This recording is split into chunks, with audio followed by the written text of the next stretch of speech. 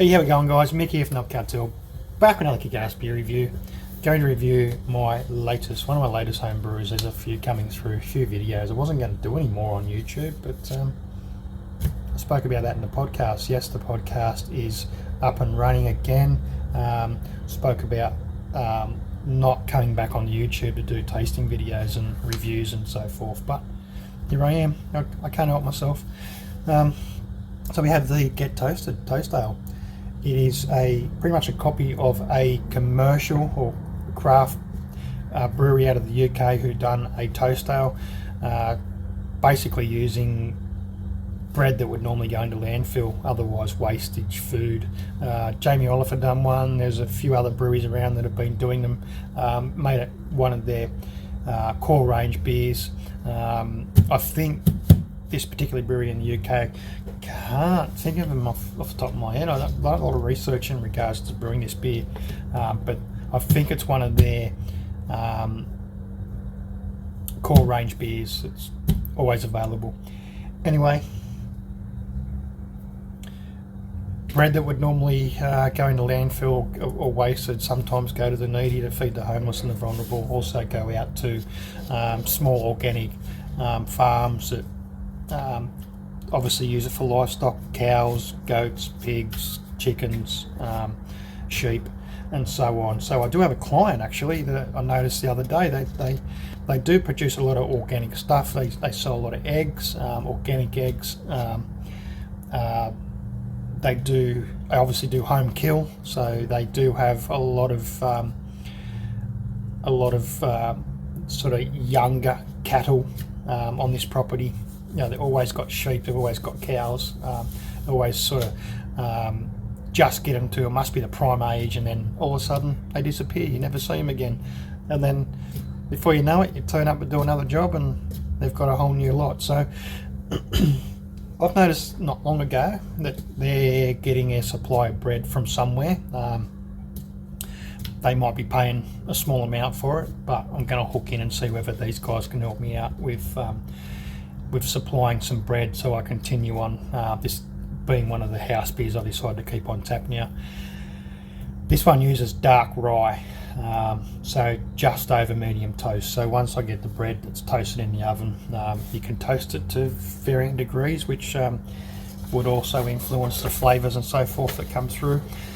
So my toast ale, 21 litre batch, 1050 original gravity, 1013 final gravity, 12.6 IBUs, 9.2 on the EBC colour spectrum.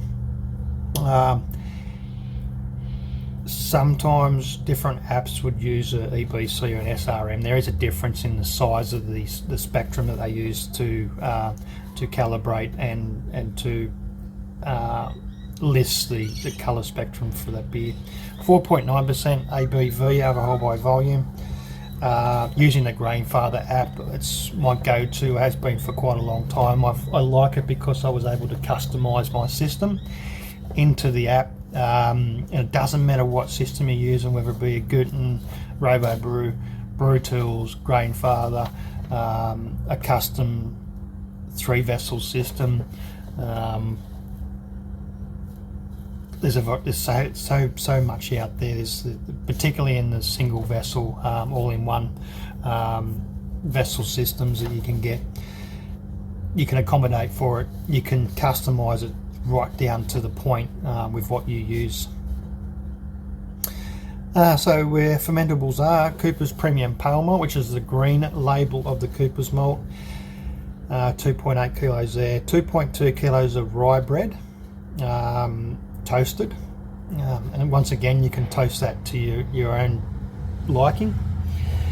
Half a kilo of rice hulls, half a kilo of rolled oats, just your generic brand of rolled oats from the supermarket is fine. Half a kilo of wheat malt, 100 grams of dark crystal, and 100 grams of dark Munich. The use of the rice hulls, obviously need a decent amount of rice hulls because the amount of wheat that's gone into it, and also the amount of bread or toast that's gone into it, does make it quite thick and gluggy. So you need something in there to help with that flow for the grain bed, and that was a perfectly good amount to use. So half a kilo was really good. So once again, I am using what these guys use, and I'm utilising what I've got here in the brewery in the way of the malt. Mash step 1 at 67 for 60 minutes. Mashed out at 75 for 10 minutes. This is a 90-minute boil, so our hop additions are Hallertau middle through, 4 grams at 90 minutes. We then came down a fair bit in time, so our second addition didn't actually come in until 5 minutes to go at the end of the boil. That was Centennial, 8 grams, and also 10 grams of Cascade at that 5-minute mark as well. We did then come down to a hop stand, so a 10-minute at 90 degrees, using 19 grams of Cascade, 20 grams of East Kent Goldings, 8 grams of Centennial, and then that brought us to our dry hop. So dry hop came in at 3 days to go, so very close to the end of fermentation, when there's still a little bit of activity there. So in for 3 days, and then out before we do the rest of the fermentation procedures. So that was 26 grams of East Kent Goldings and 45 grams of Cascade. I probably won't do a huge, well, it is huge for this style of beer, or for basically what I was trying to achieve.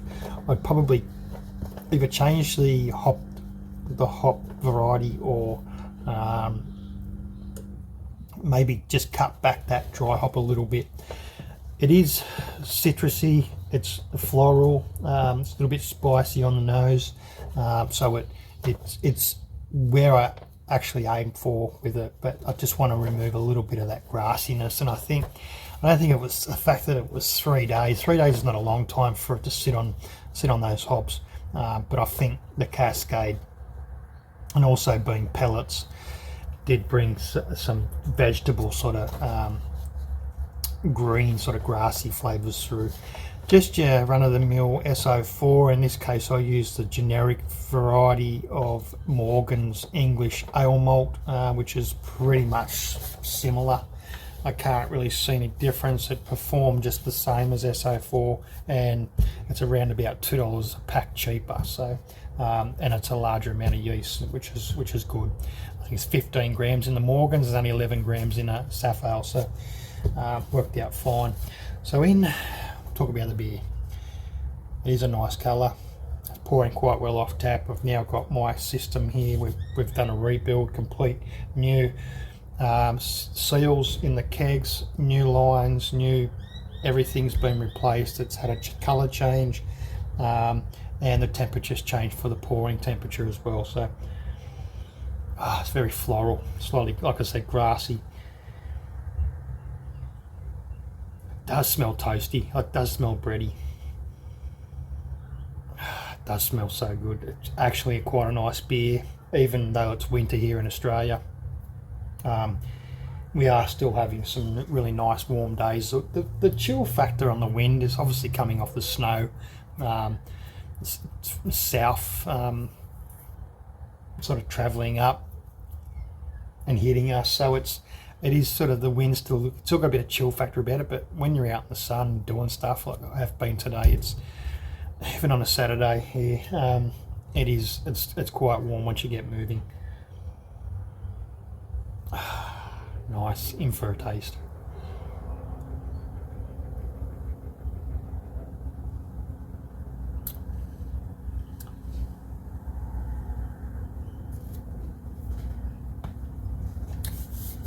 It is citrusy. Like I said, it's grassy. It's a little bit dominating in that grassy side of things.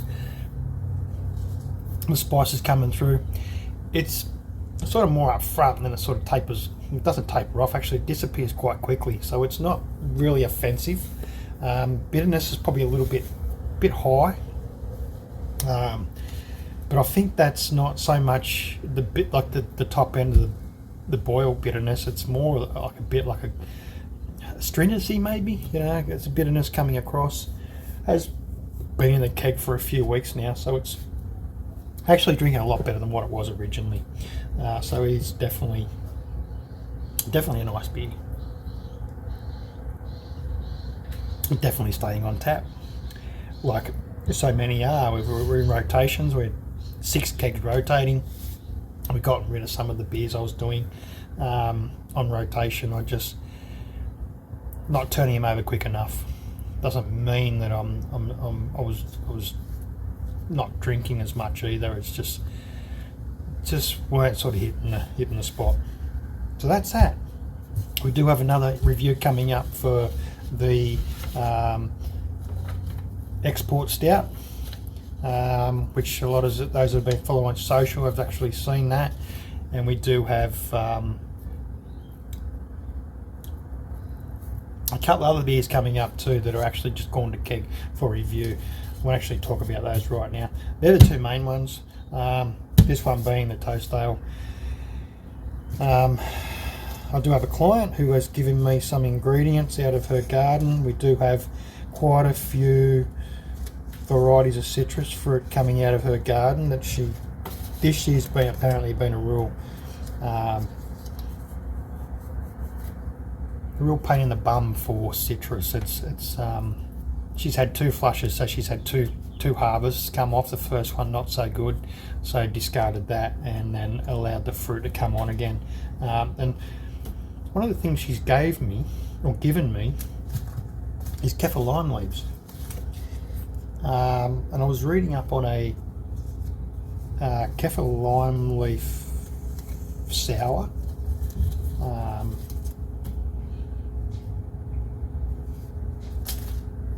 That was using another ingredient that I wasn't too interested in using, but kaffir lime leaves, and I've tried something else as well. It also leads me to this. I'll leave it for those guys watching along, the viewers, to tell me what you think this is. She only gave me the one, but I've got more coming, and I've got quite a few kilos of kumquats coming as well, grapefruit and so forth. This particular citrus fruit, it's not what it appears to be. So those who think they know what it is, chuck it in the comments. Tell me what you think it is.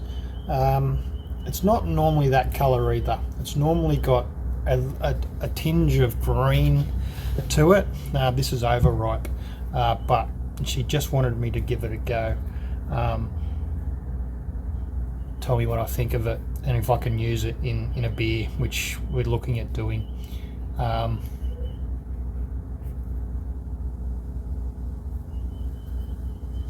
It smells incredible. And we'll see what you guys think. Yeah, throw it down there. Extra points for guessing the exact name and variety of this this particular citrus. Anyway, that's that. That's the rambled on for a little bit, probably too long now. It's a 13-minute video. Not too bad, I guess. That's the Toast Ale.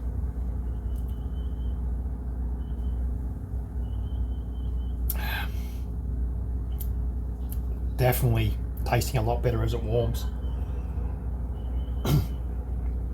Cheers.